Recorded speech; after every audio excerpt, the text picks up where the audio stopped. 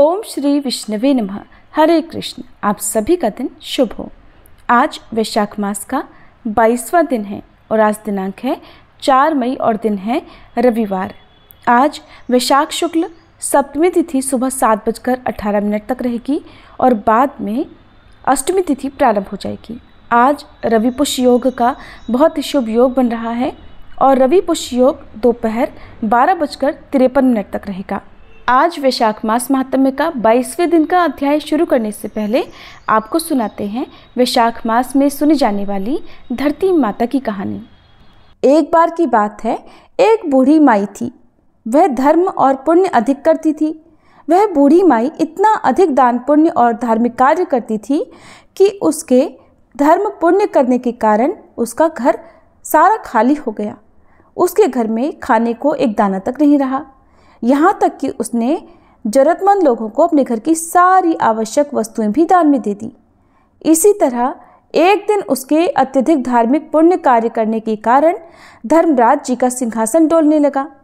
तब धर्मराज जी कहने लगे, ऐसा कौन दानी हो गया जिसने धर्म पुण्य करके मेरे सिंहासन तक को हिला दिया। इसके बाद धर्मराज जी कहने लगे, अगर यह दानी इसी प्रकार दान पुण्य करता रहेगा तब तो ये मेरे सिंहासन को ही छीन लेगा। उन्होंने अपने दूत से कहा कि तुम जाकर इस दानी का पता लगाओ। और फिर धर्मराज जी ने इस कार्य के लिए यमराज जी को भेज दिया। यमराज जी ने दानी का पता लगाते हुए धरती पर आकर एक कोढ़ी व्यक्ति का रूप धारण कर लिया। फिर वह कोढ़ी रूप धारण करके उसी गांव में आ गए जहां वह बूढ़ी माई रहा करती थी। अब वह कोढ़ी सारे दिन गांव में कपड़ा मांगते हुए घूमता रहा, लेकिन किसी ने भी उसे तन ढकने के लिए कपड़ा नहीं दिया। सर्दियों का समय था, कड़ाके की ठंड पड़ रही थी और वह कोढ़ी फटे पुराने भेष में घूमते हुए सभी लोगों के घर के सामने से गुजरते हुए आवाज़ लगाता जा रहा था, कोई मुझे कपड़ा दे दो, कोई मुझे कपड़ा दे दो, तन ढकने के लिए मुझे कोई कपड़ा दे दो। लेकिन किसी ने भी उसकी इस आवाज़ की, उसकी बात की, उसकी बुरी दशा की परवाह ही नहीं की। सारा दिन वह कोढ़ी गांव भर में ऐसा ही कहता हुआ घूमता रहा। अब रात का समय हो चला था। चारों ओर घना कोहरा छाया हुआ था और वह कोढ़ी इसी प्रकार सभी के दरवाजे पर जा जाकर आवाज़ लगाता रहा। अब रात का समय हुआ तो वह उसी बुढ़िया माई के घर के आगे खड़ा हो गया और उसने आवाज़ लगाई। बुढ़िया माई को कोढ़ी की आवाज़ सुनाई पड़ी तो वह अपनी बहू से कहने लगी कि बहू जल्दी उठो और जाकर देखो कि बाहर कौन है। मुझे तो ये किसी मंगते भिखारी की आवाज़ लगती है, शायद उसे सर्दी लग रही होगी। तुम बाहर जाकर देखो तो जरा और उससे पूछो कि उसे क्या चाहिए। तब बहू अपनी सास की बात सुनकर कहने लगी, माँ जी, अपने द्वार पर तो कोई ना कोई आता ही रहता है मांगने के लिए। आप ना तो दिन में चैन लेती हैं और ना ही हमें रात में सोने देती हैं। देखिए माँ जी, रात के 12 बज गए हैं और इस समय मैं तो बाहर नहीं जाऊंगी। आपको खुद तो नींद आती नहीं है और आप हमें भी नहीं सोने देती। इस तरह कहकर 3 बड़ी बहुओं ने बाहर जाकर देखने के लिए मना कर दिया। अब चौथे नंबर की बहू कहने लगी, माँ आप चिंता मत कीजिए, मैं जाकर देखती हूँ दरवाजे पर बाहर कौन है। और फिर छोटी बहू ने आकर बाहर देखा कि दरवाजे पर तो एक कोढ़ी बैठा हुआ है। उसने कोढ़ी से पूछा कि बाबा आपको क्या चाहिए। तब वह कोढ़ी रूप धारण किए हुए यमराज जी कहने लगे, मैं कोढ़ी हूँ, मुझे बहुत सर्दी लग रही है, कृपया आप मुझे ओढ़ने के लिए कोई वस्त्र दे दीजिए। और फिर वह बहू उनकी बात सुनकर घर के भीतर चली गई। जाकर उसने अपनी सास से सारी बात बताई। बहू की सारी बात सुनकर बूढ़ी माई कहने लगी, बहू तेरे पिताजी के ऊपर जो कंबल है वही कंबल ले जाकर उस कोढ़ी को दे दो। ये बात सुनते ही बहू कहने लगी, नहीं माँ जी, अगर मैंने ऐसा किया तो पिताजी ठंड से मर जाएंगे। बूढ़ी माई ने फिर से बहू से कहा, अच्छा ठीक है, फिर मेरे ऊपर जो गुदड़ी है ये तुम अपने पिताजी पर डाल दो और उनका कंबल उतार कर उस जरूरतमंद भिखारी को दे दो। हम तो फिर भी घर के भीतर हैं, दरवाज़ा बंद करके बैठे हैं, लेकिन उस बेचारे के पास तो कुछ भी नहीं है। इस एक कंबल को ओढ़ने से उसका सर्दी से थोड़ा तो बचाव होगा। इसके बाद बहू अपनी सास की बात को मानते हुए कंबल लेकर गई और बाहर द्वार पर बैठे उस भिखारी कोढ़ी को दे दिया। वह भिखारी उस कंबल को लेकर उस द्वार से उठकर वहां से चल पड़ा। इसके बाद वह कोढ़ी भिखारी वेश बनाए हुए यमराज जी अपने वास्तविक रूप में आकर धर्मराज जी के पास आकर कहने लगे, महाराज ये लीजिए ये कंबल। गांव के बाहरी हिस्से में एक बूढ़ी माई रहती है और वह बहुत अधिक दान पुण्य करती है। उसके घर में तो एकमात्र यही कंबल बचा था और वह भी उसने मुझे दान में दे दिया। उसके घर में तो अब दान करने के लिए कुछ भी नहीं बचा। सब बात सुनकर धर्मराज जी कहने लगे कि अब तो वह बूढ़ी माई अवश्य ही मेरा सिंहासन ले लेगी। और फिर धर्मराज जी दूत से बोले कि तुम जाओ और उस बूढ़ी माई को यहाँ लेकर आओ। अब वह दूत धर्मराज जी की आज्ञा का पालन करते हुए बूढ़ी माई को लेने धरती पर आए और उसे साथ लेकर चले गए।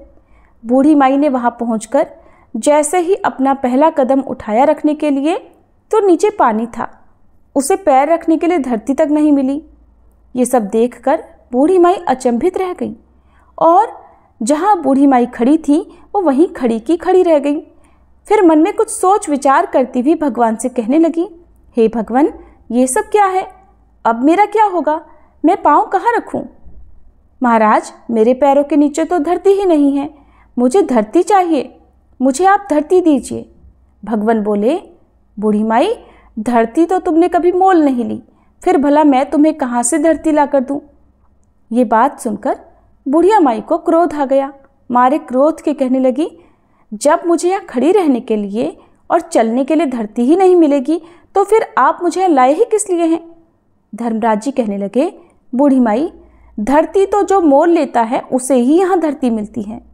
फिर बूढ़ी माई विनय भाव से कहने लगी, महाराज, मैं ये सब नहीं जानती थी कि धरती किस प्रकार मोल लेते हैं। मुझे ये सब बताइए आप कि बिना धरती के मैं यहाँ कैसे रहूँगी? यहाँ स्वर्गलोक में मेरा क्या काम?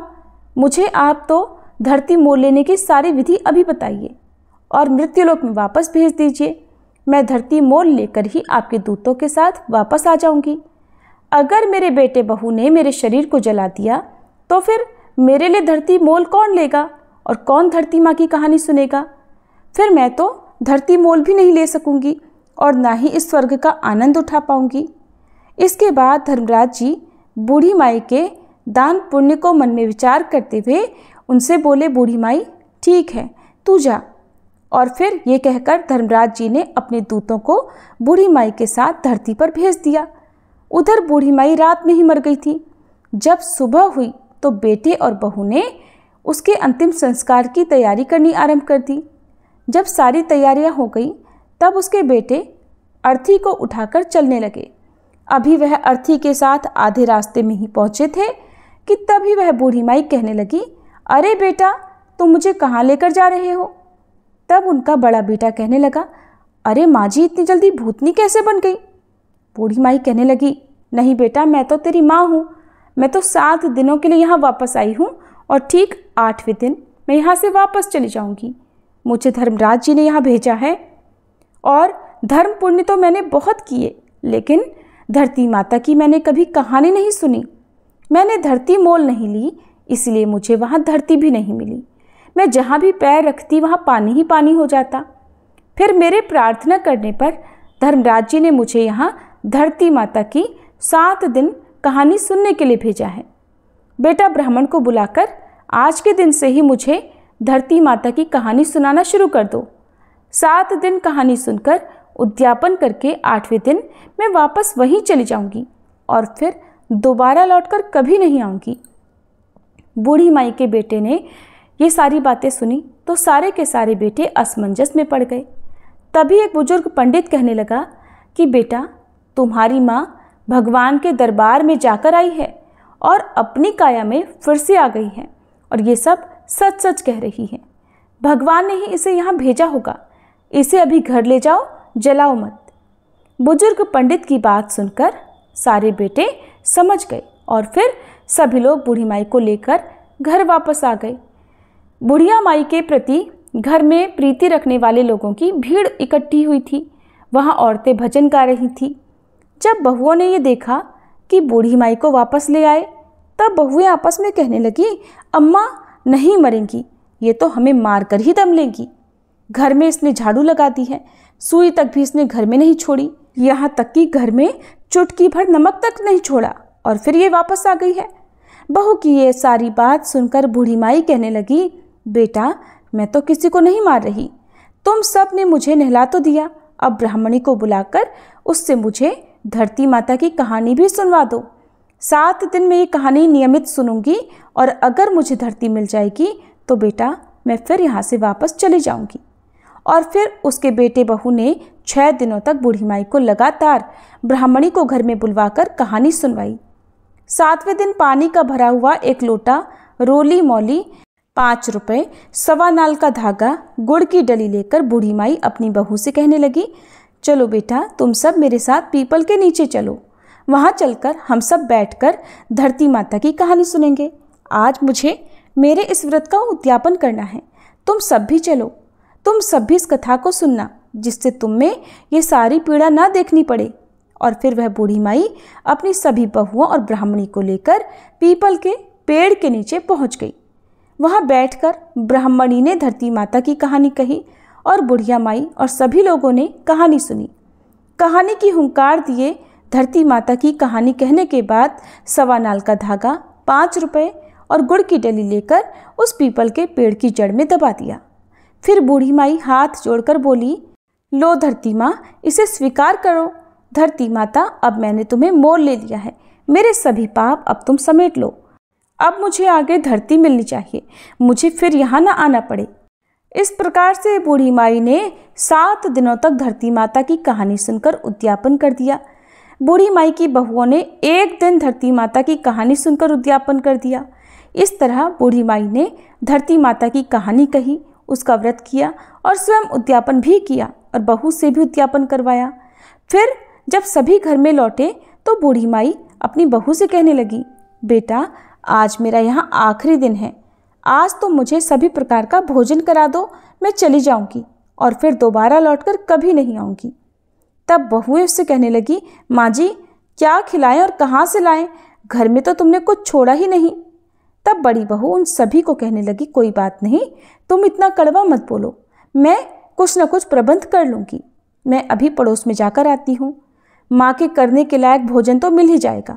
ऐसा बोलकर बड़ी बहू अपने अड़ोस पड़ोस के घरों में जाकर किसी से कुछ मांगती तो किसी से कुछ।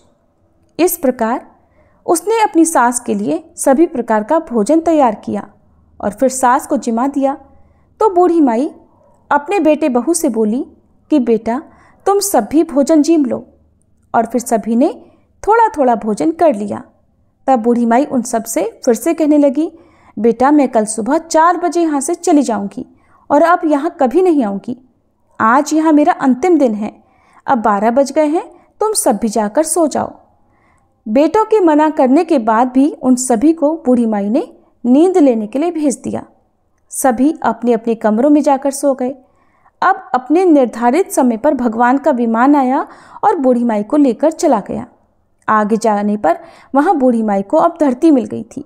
अब बूढ़ी माई भगवान से कहने लगी, हे भगवान अब आप मेरी एक और इच्छा पूर्ण करो। तब भगवान कहने लगे, तुम्हारी अब कौन सी इच्छा पूरी करूं? तो वह बोली कि मेरे घर में मैं कुछ भी छोड़कर नहीं आई हूँ, मैंने तो सब कुछ दान में दे दिया, यहाँ तक कि मैंने गुड़ चाय नमक ये तक घर में नहीं छोड़ा, और अब मेरे मरने के बाद मेरे बेटा बहू मेरा विधि विधान कैसे पूरा करेंगे? जो मैंने अब तक दान धर्म किया उसे 4 गुना करके आप लौटा दीजिए। तब भगवान बोले, ठीक है मैंने दिया, तेरा किया हुआ दान धर्म तेरे बेटे बहू को 4 गुना करके मैंने उन्हें सब कुछ लौटा दिया। बूढ़ी माई अब तेरे घर में हर चीज़ की मौज होगी। उधर बूढ़ी माई के घर में जब सुबह हुई तो छोटी बहू उठाकर सभी को कहने लगी, उठ जाओ चाय पी लो, माँ जी को तो आपने रात में खूब भोजन कराया है, वो तो इतनी जल्दी उठेंगी नहीं। ऐसा कहकर वह जेठानी के पास जाकर बोली कि जाकर संभालो अपनी सास को, तुम उनकी लाडली बहू हो ना, वो तो अकड़ के सोई हैं और अब उठती ही नहीं। तब बड़ी बहू उससे कहने लगी कि अकड़ के तो क्या सोई होंगी, उनके बताए अनुसार 7 दिन बीत चुके हैं, आज तो 8वां दिन है, सासू तो गई होंगी। और फिर छोटी बहू कहने लगी कि जाकर संभालो अपनी सास को, बड़ी बहू ने जल्दी जल्दी आकर सास को देखा और फिर वह दौड़ती हुई अपने पति के पास जाकर बोली, आप क्या चाय पी रहे हैं? माँ तो गई, माँ को संभाल लो, उन्हें आंगन में लाकर सुला दो। जब बूढ़ी माई को लाकर आंगन में सुला दिया गया तब सबसे छोटी बहू कहने लगी, मैंने सदा आप सबकी सुनी है, मैंने आपकी हर बात मानी है, आज आप सब मेरी बात सुनो। तब सभी कहने लगे, बताओ। तो वह कहने लगी कि इस लोटे में भरे हुए पानी से सासू माँ को छींटे लगा दो, नहलाई धुलाई तो पहले से ही हैं, अगर आप लोग रोए तो ये फिर वापस आ जाएंगी, इन्हें पानी का छींटा देकर उठाकर ले जाओ। तुम 4 भाई बहुत हो, 5वें की कोई ज़रूरत नहीं है, और उठाकर ले जाओ यहाँ से फटाफट और इनका अंतिम संस्कार करके आ जाओ जिससे इनकी गति हो जाए। तब सारे भाई आपस में बात करने लगे कि पहले भी हम लोगों को इकट्ठा करके शर्मिंदा हो चुके हैं, अब बिना देर किए इनका कहना मान लेते हैं। ऐसा विचार करके सभी भाइयों ने बूढ़ी माई को उठाया और चल दिए उनका अंतिम संस्कार करने शमशान की ओर। तभी रास्ते में पीपल के नीचे बैठी कुछ औरतें जो कहानी सुन रही थीं कि बूढ़ी माई के बेटों को इस तरह जाते देखकर वो समझ गई और एक दूसरे से बोली, वैशाख का पावन महीना है, बूढ़ी माई तो मर गई और बहुओं ने भजन तक नहीं गवाए, चलो हम ही वहाँ चलकर भजन गाते हैं, 2-4 राम के नाम लिए जाएंगे। तो ये विचार कर वह सभी बूढ़ी माई के घर जाकर भजन गाने लगी। उधर बेटों ने बूढ़ी माई का अंतिम संस्कार कर दिया और अब वह घर की ओर आने लगे। उन्हें आता हुआ देख कर भजन गाने वाली औरतें बूढ़ी माई की बहुओं से कहने लगी, बहुओं जाओ और दरी लेकर आओ और यहाँ दरी बिछा दो। तब बहू कहने लगी, मरे ना मराए बूढ़ी माई, उसे दाग देकर जब हमारे घर वाले आएंगे तभी हम दरी बिछाएंगी। तब वह भजन गाने वाली औरतें कहने लगी, लो आ गए सभी लोग, अब तो दरी बिछा दो। फिर दरी बिछाई गई। भजन गाने वाली औरतों ने खूब भजन गाए और भजन गाने के बाद वे अपने अपने घर को चली गईं। अब दरी पर बैठे हुए बूढ़ी माई के बेटे एक दूसरे का मुंह ताकने लगे और कहने लगे कि अब क्या करें और क्या नहीं करें, कहाँ से चाय पानी का प्रबंध करें। माँ तो गई और घर में कुछ भी नहीं छोड़ा। अब अड़ोसी पड़ोसी भी आपस में चर्चा करने लगे, चलो भाई आज तो बूढ़ी माई के परिवार को चाय पानी पिला कर आएं, उनको रोटी पानी खिलाएं, आज ही उनकी माँ मरी है, अब की बार तो वह मर ही गई है, आज तो खिला पिला आते हैं, कल से अपना अपने आप देख लेंगे। तब उनमें से एक आदमी बोला, ठीक है, आज मैं जाता हूँ उसके घर और उन्हें चाय भी देकर आता हूँ और उनका हालचाल भी पूछ कर आऊँगा। और फिर उस पड़ोसी ने अपनी पत्नी से चाय बनवाई। फिर चाय लेकर वह बूढ़ी माई के घर की ओर चल पड़ा। उधर बूढ़ी माई के बेटे की बड़ी बहू अपने परिवारजनों को चिंतामग्न देखकर घर के भीतर गई और फिर जैसे ही उसने बूढ़ी माई का संदूक खोला तो उसमें तो नोटों की गड्डियाँ देखी, वो दंग रह गई। रसोई में गई तो वहाँ आटे के बोरे, गुड़, खांड के कट्टे भरे हुए मिले। उसे नमक, मिर्च और सारे मसाले, सब सब्जियां मिली। यहाँ तक कि रसोई में सारी सामग्रियां भरी हुई थी। ये देखकर वो तो बहुत खुश हुई। सोचने लगी कि माँ अपने बेटे पोतों के लिए बड़ा दान धर्म करती थी, अपने घर में तो वह धन माँ वापस देकर गई हैं। ये सोचकर वह खुशी खुशी बाहर आई और अपने पति से बोली, सुनो एक बार आप अंदर तो आओ। उसका पति बोला, अभी अभी तो माँ को दाग देकर आए हैं, किसी के घर कैसे जाएं, किसी से क्या मांगे और क्या करें, अरे थोड़ी देर तो शांति रखो। तब वह बहू बोली कि आप एक बार अपने घर के अंदर आइए, बाहर कहीं जाने की जरूरत नहीं। ये सुनकर वह अंदर गया और अपनी पत्नी के कहे अनुसार उसने संदूक खोलकर देखा कि माँ की संदूक में तो नोटों की गड्डियाँ भरी हैं। फिर वह बोली कि अब आप रसोई घर में चलिए। वह रसोई में गया तो वहाँ पूरी सामग्री से भरी हुई रसोई को देखकर अपनी पत्नी से बोला कि माँ तो हमें बहुत सारा धन देकर गई है। और फिर वे दोनों बाहर आए और दरी पर बैठ गए। थोड़ी देर के बाद बड़ी बहू अपनी देवरानियों से बोली, उठो और चूल्हे पर चाय चढ़ाओ, चावल चढ़ाओ और रोटी सब्जी बनाओ, कांधियों को जिमाओ, हमारे घर में सब कुछ है, तुम अंदर जाओ और जाकर सारा इंतज़ाम करो। ये सुनकर सभी बहुएं अपने अपने कमरों में गई। सभी ने अपने अपने संदूक खोले तो बड़ी बहू के संदूक में 4 गुना धन मिला, बाकी सबके संदूक में थोड़ा थोड़ा, और सबसे छोटी बहू के जैसा था वैसा ही रह गया, क्योंकि उसने बूढ़ी माई की कभी सेवा तो नहीं की थी। जब वह पड़ोसी चाय तैयार करके उनके घर में पहुंचा तो देखने लगा कि चूल्हे में तो उनके घर आग जल रही है। कहीं सब्जी, कहीं चाय, कहीं रोटी तो कहीं दाल पक रही है। ये देखकर पड़ोसी विचार मगन हो गया और सोचने लगा, इनका तो सब काम बड़े ठाठ से चल रहा है। फिर वह बूढ़ी माई के बेटों से बोला, चाय लेकर आया हूँ, आप सब चाय पी लो। तब बूढ़ी माई का बेटा बोला, ठीक है, चाय तो दे दो, परंतु रोटी मत लाना। हमारे लिए रोटी हमारे घर में हम अपने आप बना लेंगे। हमारी माँ हमें सब कुछ देकर गई है। उसने हमारे लिए ही दान पुण्य किया था, वो फिर हमें सब कुछ देकर गई है। हे धरती माता, जैसे आपने बूढ़ी माई का अगला और पिछला सुधार किया, वैसा ही सबका सुधार करना। जैसे बूढ़ी माई को धरती मिली, वैसे ही धरती माता सबको मिले। सभी प्रेम से बोलिए, धरती माता की जय। आज सुनिए वैशाख मास महात्म्य में आगे का वृतांत। जैमिनी जी कहते हैं, ब्राह्मण की बात सुनकर शबर ने अविनाशी भगवान विष्णु का ध्यान करते हुए कहा, हे विप्रवर, हमने पहले से भी ये समाचार सुन रखा है कि इस तीर्थ में राजा इंद्रद्युम्न निवास करेंगे। चलिए पर्वत के ऊपर की भूमि पर चलते हैं। ऐसा कहकर शबर ब्राह्मण को उसी मार्ग से घने वन में ले गया। ऊपर ऊपर चढ़कर पत्थरों के कारण ऊंची नीची भूमि पर एक एक मनुष्य के चलने योग्य ही रास्ता था, और वह भी कांटों से भरा होने के कारण बहुत दुर्गम हो रहा था, और वहां प्रायः अंधकार ही अंधकार रहता था। शबर वाणी द्वारा बोल बोलकर ब्राह्मण को रास्ता बताता जा रहा था। इस प्रकार 4 घड़ी तक चलकर वे दोनों रोहिणी कुंड के तट पर जा पहुंचे। उसे देखकर शबर ने कहा, हे ब्राह्मण, ये रोहिणी नामक कुंड है, जो समस्त जलों की उत्पत्ति का कारणभूत महातीर्थ है।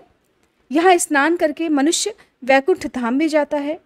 इसके पूर्व भाग में ये महान कल्पवट है, जिसकी छाया में जाकर मनुष्य ब्रह्म हत्या का भी नाश कर देता है। इन दोनों के बीच में जो कुंज है, उसमें वेदांत प्रतिपादन साक्षात भगवान जगन्नाथ जी विराजमान हैं। इनका अब आप दर्शन कर लीजिए। दर्शन करके सभी पाप राशि का विनाश कर डालिए, और इसके बाद मैं भवसागर में पड़ा हूँ, इस शोक और चिंता को सदा के लिए त्याग दीजिए। तब विद्वान ब्राह्मण विद्यापति ने प्रसन्न होकर उस कुंड में स्नान किया, और दूर से ही मन, वाणी और मस्तक द्वारा भगवान को प्रणाम करके प्रसन्न मन से उनकी स्तुति की कि हे प्रभु, आप प्रकृति और पुरुष से सर्वथा अतीत पुरुषोत्तम हैं, सर्वव्यापी और परात्पर हैं।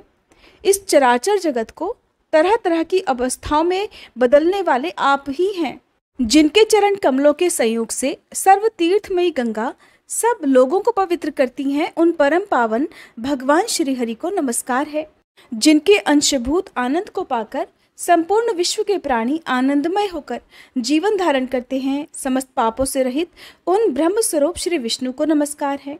प्रभु, आप निर्मल स्वरूप, कल्याण रूप, सब प्रकार की आसक्तियों से रहित और विश्व साक्षी हैं। आपको नमस्कार है। आपके असंख्य चरण, नेत्र, मस्तक, मुख और भुजाएं हैं। आप सबको जीतने वाले हैं। सभी जीव आपके स्वरूप हैं। आप सर्वरूपी परमात्मा को नमस्कार है। भगवान, इस असार संसार में चक्कर लगाने के कारण मैं रोग और शोकों से बहुत पीड़ित हो गया हूँ, और आपके युगल चरणारविंदों की शरण में आया हूँ।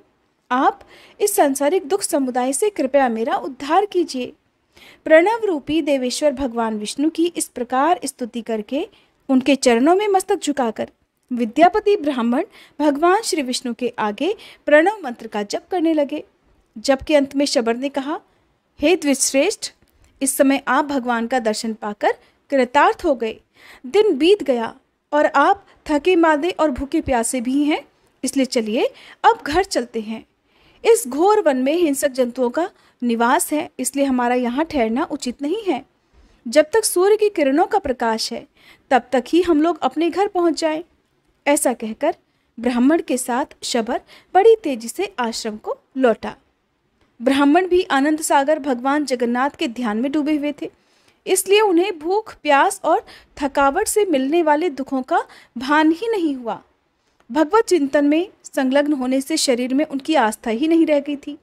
वे शरीर स्थिति से ऊपर उठ चुके थे, इसलिए कंटक राशि अर्थात कांटों से भरे हुए पत्थरों के ऊंचे नीचे दुर्गम रास्ते में चलते हुए भी उन्हें बिल्कुल कष्ट नहीं हो रहा था।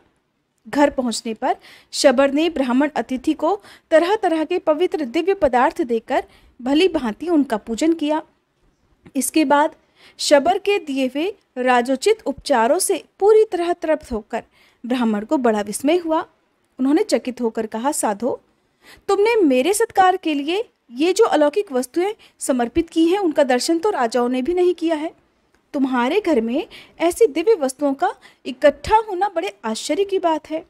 तब शबर कहने लगा कि हे द्विश्रेष्ठ, इंद्र आदि देवता प्रतिदिन दिव्य उपचार लेकर जगन्नाथ जी की पूजा करने के लिए आते हैं। पूजा करके भक्तिपूर्वक स्तुति और नमस्कार करते हैं। फिर गीत, वाद्य और नृत्य के द्वारा भगवान को संतुष्ट करके अपने अपने स्थान को लौट जाते हैं। ये सब दिव्य पदार्थ जगन्नाथ जी के प्रसाद हैं जो मैंने आपको अर्पित किए हैं।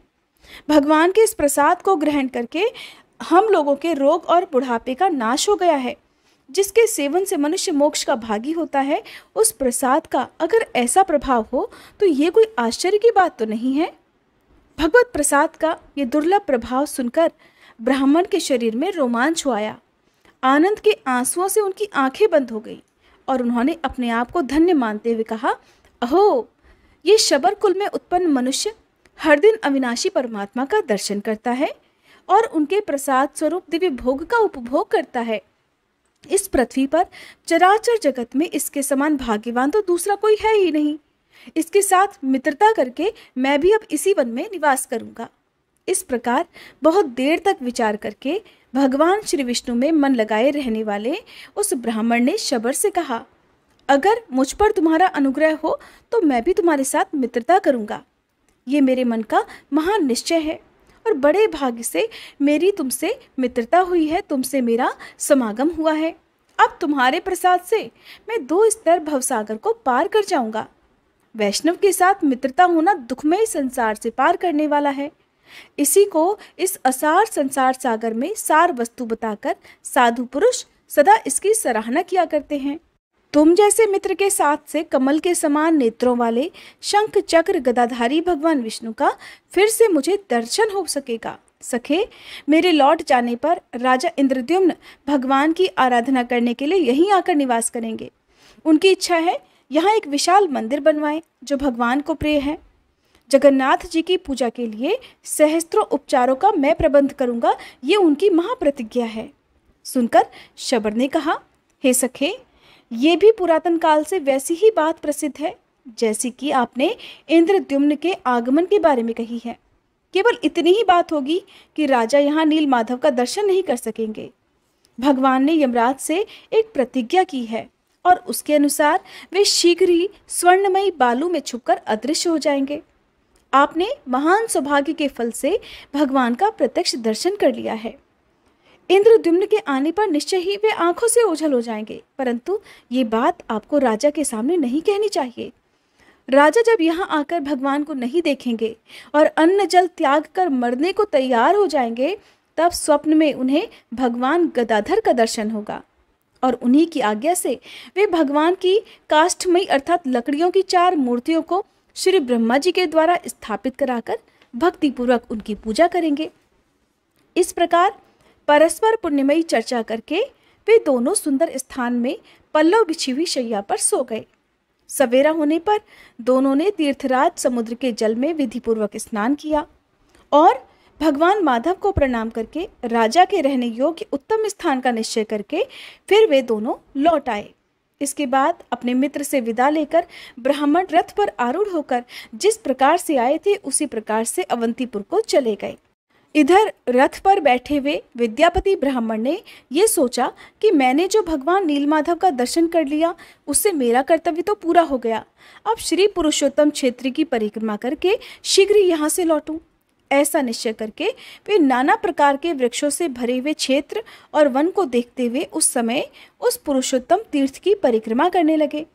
परिक्रमा पूरी करके भगवान का ध्यान करते हुए बिना कुछ खाए पिए चले और शाम होते होते अवंतीपुर में पहुंच गए।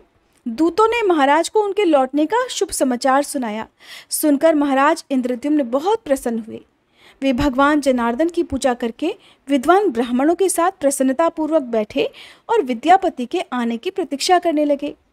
ठीक इसी समय प्रवेश मार्ग बताने वाले छड़ीदार सिपाहियों द्वारा और द्वारपालों द्वारा सूचित किए हुए रास्ते से अत्यंत उतावले हुए पूर्ववासियों के साथ विद्यापति ब्राह्मण ने भगवान नीलमाधव की प्रसाद स्वरूप सुंदर माला हाथ में लेकर राजा के आगे दरबार में प्रवेश किया। उन्हें देखकर राजा सिंहासन से उठकर खड़े हो गए और हे जगदीश प्रसन्न होइए ऐसा कहकर उनके पास गए।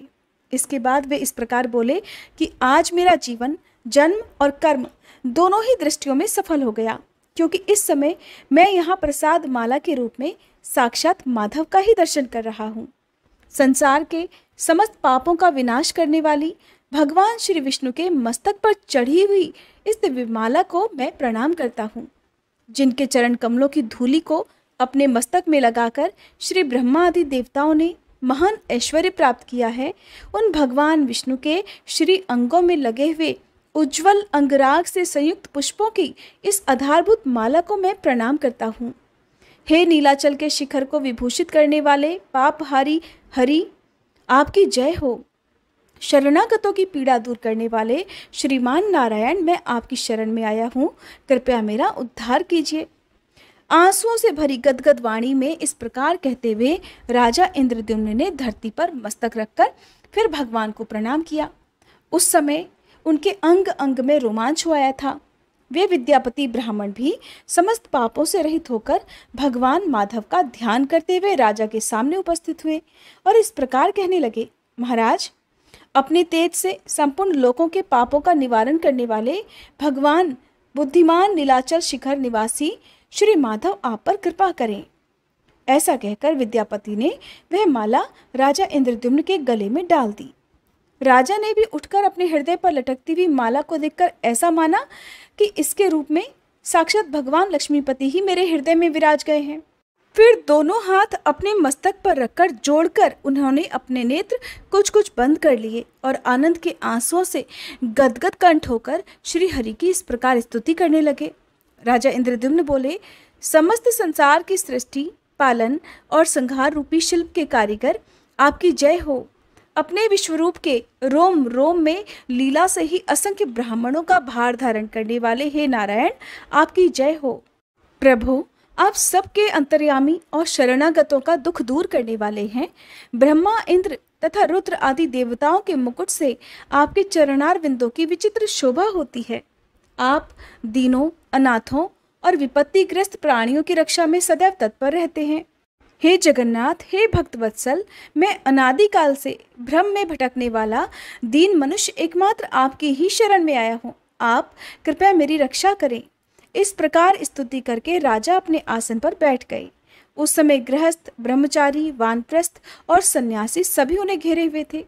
18 विद्याओं में कुशल यज्ञकर्ता ब्राह्मणों के साथ राजा ने बहुत आदर पूर्वक विद्यापति जी का पूजन किया और अपने सामने चौकी पर बिठाकर आदि से ही यानी शुरुआत से ही कुशल समाचार पूछा। पुरुषोत्तम क्षेत्र के महात्म्य, नीलमणि विग्रहधारी भगवान विष्णु की महिमा तथा स्वरूप के बारे में भी प्रश्न किए। तब विद्यापति ने अपने अनुभव में आए हुए शबर द्वीप में प्रवेश से लेकर समुद्र में स्नान करने तक के पुरुषोत्तम क्षेत्र संबंधी सारे वृत्तांत को विस्तार पूर्वक कह सुनाया। नीलाचल पर चढ़ना, नील माधव का दर्शन करना, रोहिण कुंड में स्नान करना, कल्पवट की महिमा, नरसिंह आदि स्वरूपों की प्रतिष्ठा, 8 शिव और 8 शक्तियों की स्थिति, रथ से घूमकर देखी हुई पुरुषोत्तम क्षेत्र की लंबाई और चौड़ाई, सबका क्रमशः और बिल्कुल वैसे ही वर्णन कर दिया। यह अद्भुत वृतांत सुनकर राजा बहुत प्रसन्न हुए। प्रसन्न मन से उन्होंने कहा, भगवान, नीलेंद्र मणिमय विग्रह वाले भगवान श्री विष्णु के स्वरूप का भी अब यथार्थ वर्णन कीजिए। तब विद्यापति बोले, राजन, मैं भगवान जगन्नाथ की उस दिव्य मूर्ति का वर्णन करता हूँ जिसे इन चर्म चक्षु अर्थात नेत्रों से देखकर मनुष्य मोक्ष का भाजन बन जाता है। भगवान की वह मूर्ति बहुत प्राचीन तथा इंद्रनील मणि नामक पत्थर की बनी हुई है। ब्रह्मा, रुद्र और इंद्र आदि देवता प्रतिदिन जाकर उसकी पूजा करते हैं। यह दिव्य माला देवताओं ने ही पूजा में अर्पित की थी। राजन, ये न तो कभी मलिन होती है और न कभी इसकी सुगंधी कम होती है। भगवान के दिव्य उपहार में आए हुए प्रसाद के सेवन करने से मेरे सभी पाप क्षीण हो गए हैं और मैं देवताओं के समान अलौकिक तेज से संपन्न हो गया हूँ। क्या आप इस बात को नहीं देख रहे हैं? महाराज, वहाँ भोग और मोक्ष दोनों एक ही साथ स्थित हैं। बुढ़ापा, रोग और शोक आदि दुखों का वहाँ अत्यंत अभाव है। उस तीर्थ में विकसित नील कमल के समान विशाल नेत्रों वाले साक्षात भगवान जगन्नाथ प्रसन्न वदन से विराजमान हैं, जो शरणागतों को अमृतमय मोक्ष प्रदान करते हैं। राजा इंद्रद्युम्न ने फिर से पूछा, हे ब्राह्मण, जन्म से लेकर कुछ समय पहले तक तो आप कभी भी पुरुषोत्तम क्षेत्र में गए ही नहीं थे, फिर आपने वहां के दिव्य वृतांत को भला कैसे जान लिया? हरे कृष्णा। आज के अध्याय में बस इतना ही। इसके आगे जो कुछ भी हुआ उसके बारे में जानने के लिए कृपया आप अगले अध्याय का इंतजार जरूर कीजिएगा।